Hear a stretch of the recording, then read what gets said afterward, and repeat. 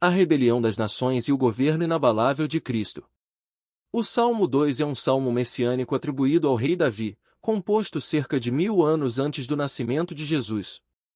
Nele, o salmista descreve, sob inspiração divina, a rebelião das nações contra Deus e contra o seu ungido, o Messias prometido.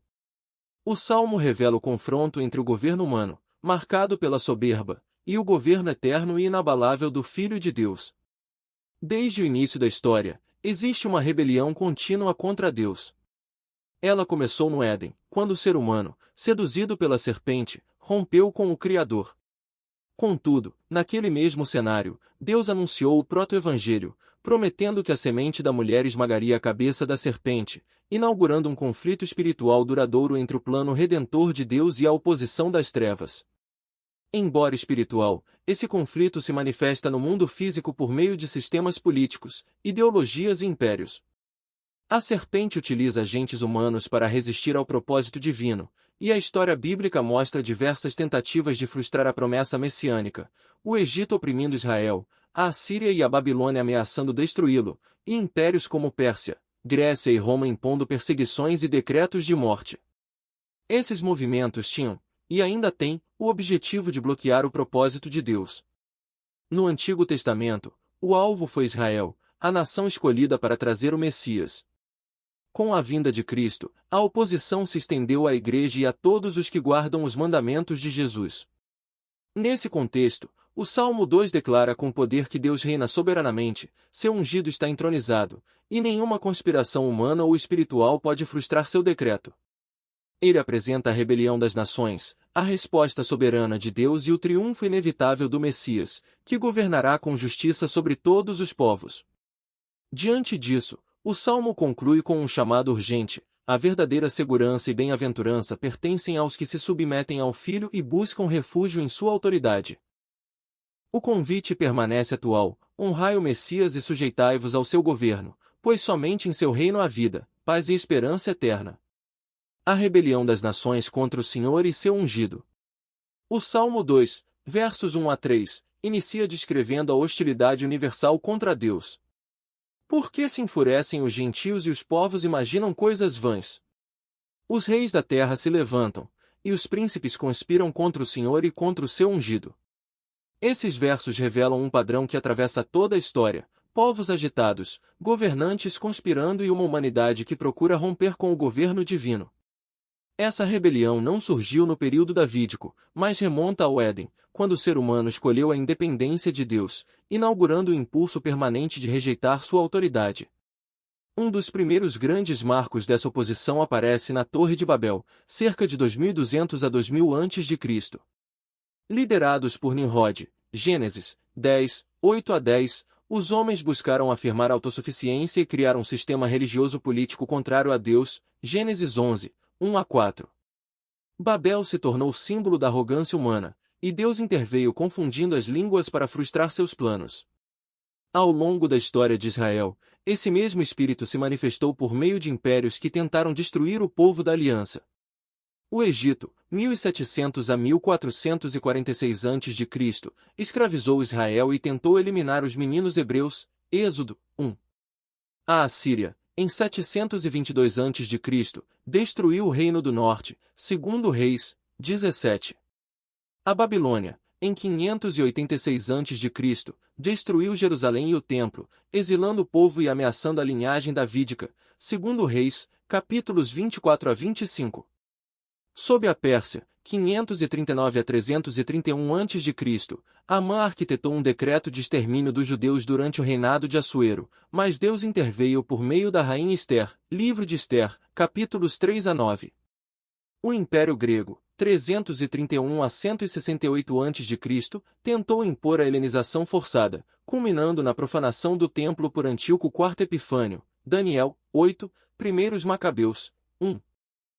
Com Roma, 63 a.C. a 476 d.C., a oposição atingiu um dos momentos mais dramáticos. Em 70 d.C., Tito destruiu o segundo templo e cerca de 1 milhão de judeus morreram.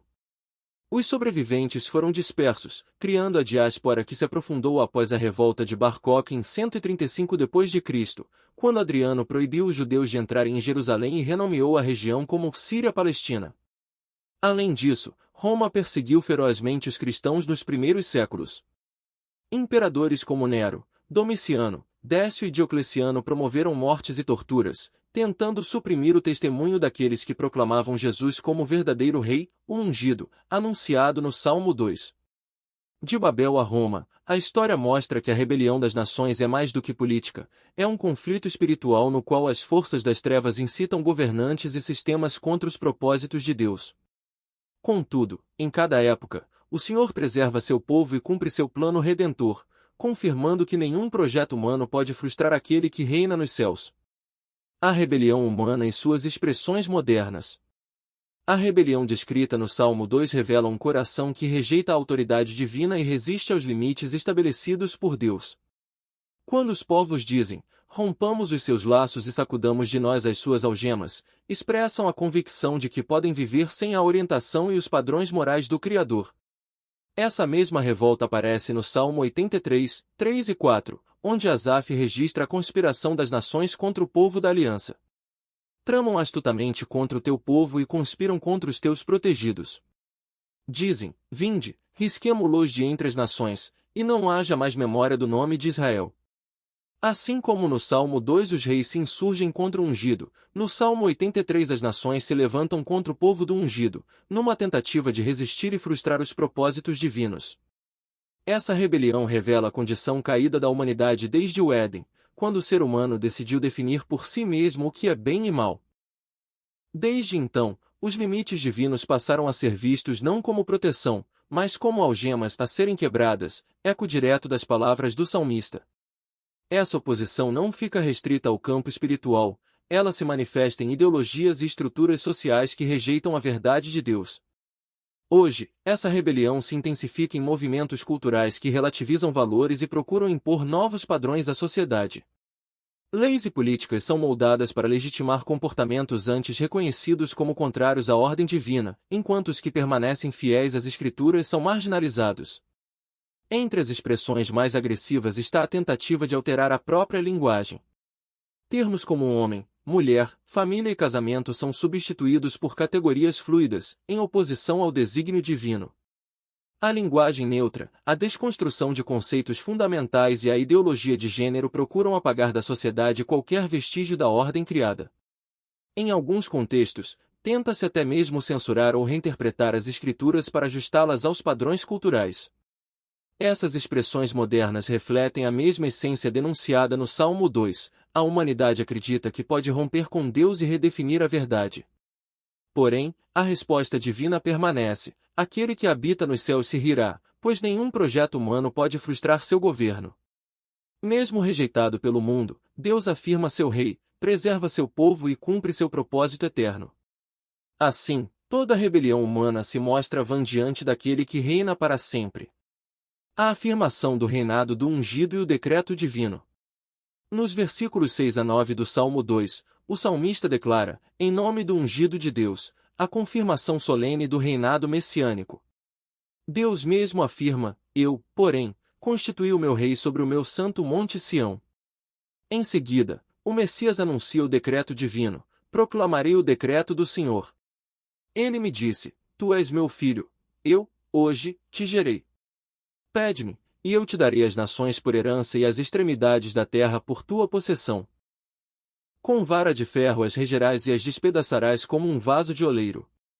Nesse trecho, o salmista revela a entronização do Filho e a autoridade absoluta concedida por Deus ao seu ungido. O Messias é apresentado não apenas como rei sobre Sião, mas como soberano sobre todas as nações, investido de poder para governar, julgar e estabelecer justiça em toda a terra. Em seguida, o salmista revela o decreto divino, onde Deus afirma a filiação única do Messias, tu és meu filho, eu, hoje, te gerei. Verso 7. Essa verdade se cumpre na encarnação de Jesus Cristo, concebido pelo Espírito Santo, Lucas 1, e 35, e é reafirmada em sua ressurreição e exaltação, Atos 13, e 33, Hebreus 1, e 5. A filiação não é simbólica, representa a autoridade plena do Filho para governar em nome do Pai. Esse decreto é irrevogável e garante o cumprimento futuro do reinado messiânico. Deus então promete entregar ao Filho a autoridade universal: pede-me, e eu te darei as nações por herança. O domínio do Messias não será limitado a Israel, mas alcançará toda a terra, como profetizado em Daniel 7, versos 13 e 14 e no Salmo 72. Todas as nações estarão sob seu governo, e diante dele todo joelho se dobrará. Filipenses 2, 9 a 11. Isso aponta para o caráter global e eterno do reinado do ungido. O salmista também descreve a forma como esse governo será exercido: com vara de ferro as regerás e as despedaçarás como vaso de oleiro. Verso 9. A vara de ferro representa um governo firme, justo e disciplinador, que colocará fim à rebelião humana. Esse texto é citado no Apocalipse 2, 26 a 27, e 19, e 15, como referência direta a Cristo em sua manifestação futura como Rei. O juízo sobre as nações rebeldes faz parte da restauração final prometida nas Escrituras. Esse reinado pleno se cumprirá no tempo chamado de a restauração de todas as coisas, Atos 3 e 21, quando a justiça e a paz do Messias encherão a terra, Isaías 11, 1 a 10, Abacuque 2 e 14. O Salmo 2, portanto, anuncia não apenas um princípio espiritual, mas o futuro governo visível de Cristo, que restaurará a ordem divina e porá fim à rebelião das nações. O apelo à submissão e à sabedoria. Nos versículos 10 a 12 do Salmo 2, o salmista faz um apelo direto às nações e seus governantes. Agora, pois, ó reis, sede prudentes, deixai-vos advertir, juízes da terra. Servi ao Senhor com temor e alegrai-vos nele com tremor. Beijai o filho, para que ele não se ire e para que não pereçais no caminho, porque em breve se inflamará a sua ira. Bem-aventurados são todos os que nele se refugiam. Após expor a rebelião humana e afirmar o reinado irrevogável do Messias, o Salmo conclui com um chamado solene à submissão e à sabedoria. Deus, em sua misericórdia, não executa de imediato o juízo anunciado, oferece antes uma oportunidade de arrependimento. Sede prudentes, deixai-vos advertir, juízes da terra. Mesmo diante da arrogância dos poderosos, o Senhor os convida a reconhecer sua autoridade enquanto há tempo. Isso revela seu caráter gracioso, pois ele não tem prazer na morte do ímpio, Ezequiel 18, e 23, e não quer que nenhum pereça, mas que todos cheguem ao arrependimento, segundo Pedro 3, e 9. O salmista mostra, então, a postura correta diante de Deus: servi ao Senhor com temor, e alegrai-vos com tremor, v11. Esse temor não é terror, mas reverência. A alegria com tremor expressa o equilíbrio entre celebrar a misericórdia divina e reconhecer sua majestade. A verdadeira fé une essas duas realidades: júbilo pela graça e profundo respeito pela santidade do Senhor. Em seguida, o Salmo apresenta o chamado direto à submissão ao Messias: beijai o Filho, verso 12. Esse gesto simbolizava rendição e lealdade ao Rei. Beijar o Filho significa reconhecer sua autoridade divina e seu direito legítimo de governar. A recusa dessa submissão resulta em juízo, pois o salmista adverte, para que ele não se irrite, e não pereçais no caminho. A resistência ao ungido conduz à destruição, não por arbitrariedade divina, mas porque insistir na rebelião afasta o homem da única fonte de vida. Essa advertência ecoa as profecias bíblicas sobre o juízo final das nações. Daniel, capítulo 2, versículos 34, 35 e 44, anunciou que o reino de Deus viria como uma pedra cortada sem auxílio de mãos, que destruiria os reinos humanos e se tornaria uma grande montanha. Mais adiante, Daniel afirma que os santos do Altíssimo possuirão o reino e que esse domínio será eterno. Daniel 7, 18 e 27 e Apocalipse 11 e 15. Aquele que hoje chama a submissão será o mesmo que executará o juízo sobre os reinos que rejeitarem sua soberania. Apesar do tom de advertência, o Salmo encerra com uma promessa que revela o coração pastoral de Deus: bem-aventurados todos os que nele se refugiam. Mesmo diante da rebelião humana, Deus oferece um caminho seguro: refugiar-se no Filho. Quem se submete ao Messias encontra proteção, vida e verdadeira bem-aventurança. Assim, o Salmo 2 destaca que, antes do juízo, a graça, antes do rei se manifestar como juiz, a oferta de salvação, e antes da pedra que despedaça os reinos, há o convite amoroso para entrar em seu reino eterno. Atualmente, a Igreja precisa permanecer vigilante diante de movimentos políticos, religiosos, sociais e econômicos que se articulam contra Deus e contra o seu ungido. Por meio de partidos, ideologias e agentes culturais, muitos têm buscado restringir liberdades, impor visões progressistas e promover uma engenharia social que dificulta a pregação do Evangelho. Essas agendas tentam remodelar valores, redefinir linguagem e estabelecer novos padrões morais contrários às Escrituras. Cresce também, em várias nações, um discurso hostil contra Israel e contra os cristãos, alimentado por narrativas que rejeitam a fé bíblica e a herança judaico-cristã. Diante disso, a Igreja deve discernir os tempos, permanecer firme e perseverar em sua missão. Por essa razão, é essencial conhecer nossos representantes políticos, suas filiações, propostas e alianças, avaliando seu compromisso com a verdade e a justiça, para que não participemos da erosão moral que ameaça os valores bíblicos. Este discernimento faz parte do testemunho cristão numa sociedade que rapidamente se afasta dos princípios divinos. Chamado à submissão ao Messias e ao seu reino eterno. A Igreja vive em um tempo em que movimentos políticos, religiosos, sociais e culturais se levantam contra Deus e contra o seu ungido, como anuncia o Salmo 2. Por que se enfurecem as nações, e os reis da terra se levantam contra o Senhor e contra o seu ungido? Ideologias modernas tentam redefinir valores, distorcer a linguagem e relativizar a moral, impondo sistemas contrários às Escrituras. Cresce também a hostilidade contra Israel e contra os cristãos, cumprindo as palavras de Jesus: se o mundo vos odeia, sabei que, primeiro do que a vós, me odiou a mim. João 15 e 18. Nesse cenário, a Igreja é chamada a discernir os tempos, Mateus 16 e 3, permanecer firme na verdade, João 17 e 17, e agir com prudência, conhecendo seus governantes e avaliando seus compromissos com a justiça e a verdade, Provérbios 29 e 2. Mais do que nunca, devemos viver com sabedoria, como exorta Paulo: vede prudentemente como andais, porque os dias são maus, Efésios 5, 15 a 17. Contudo, o Salmo 2 enfatiza sobretudo a necessidade urgente de submissão ao Messias. Deus já estabeleceu seu rei sobre Sião, Salmo 2, 6 a 9, declarou: Tu és meu filho, e entregou-lhe as nações como herança e o domínio eterno. Esse é o reino anunciado pelos profetas. O reino será do Senhor e do seu Cristo, Apocalipse 11 e 15. Por isso permanece atual o chamado: beijai o Filho, bem-aventurados todos os que nele se refugiam, Salmo 2, 11 e 12. A resposta correta ao reinado inevitável do Messias é a rendição humilde e a obediência ao Rei que restaurará todas as coisas, Atos 3 e 21. Hoje, Deus chama líderes, povos, famílias e indivíduos a voltar-se para Cristo enquanto há tempo. Submeta-se ao Filho, receba sua graça e participe do seu reino, que não terá fim, Daniel 7 e 14, Lucas 1 e 33.